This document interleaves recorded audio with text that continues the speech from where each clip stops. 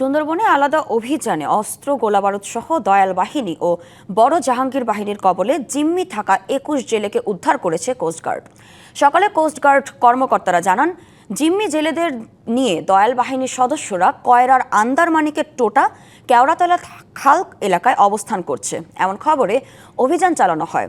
কোস্টগার্ডের উপস্থিতি টের পেয়ে ডাকাতরা সুন্দরবনের ভেতরে পালিয়ে যাওয়ায় কাউকে আটক করা সম্ভব হয়নি। তবে জিম্মি থাকা ১০ জেলেকে উদ্ধার করা হয়। এদিকে বড় জাহাঙ্গীর বাহিনীর সদস্যরা সুন্দরবনের শিবসা নদীর বড় দুধমুখ খাল এলাকায় অবস্থানের খবরে অভিযান চালানো হয়। উদ্ধার করা হয় ২১ জেলেকে। ডাকাতরা বনের গহীনে পালিয়ে গেলেও জব্দ করা হয় একটি ১ নলা বন্দুক, ৫ রাউন্ড গুলি। নদীতে মাছ ধরার জন্য আসছি দুধমুহি নদীতে। সেখান থেকে আমাগো ডাকাইতে আর কি আমাকে নিয়ে আসছে। আমরা লোক ছিলাম প্রায় ২৫ জনের মতো, বাকিগুলো ছেড়ে দিছে, আমাদের ১০ জনকে উঠাই নিছে। আমাদেরকে মুক্তিপণ দাবি করে এবং আমরা দিতে না পারায় আমাদেরকে মারধর করে।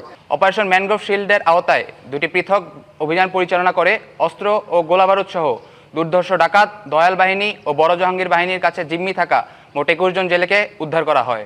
ঈদ আসবে, সাথে ক্যাশব্যাকও আসবে। নিজের বা প্রিয়জনের জন্য কেনাকাটায় এবারও নগদ পেমেন্টে পাচ্ছেন দারুণ ক্যাশব্যাক। তাই যাই কিনুন, পেমেন্ট করুন নগদে।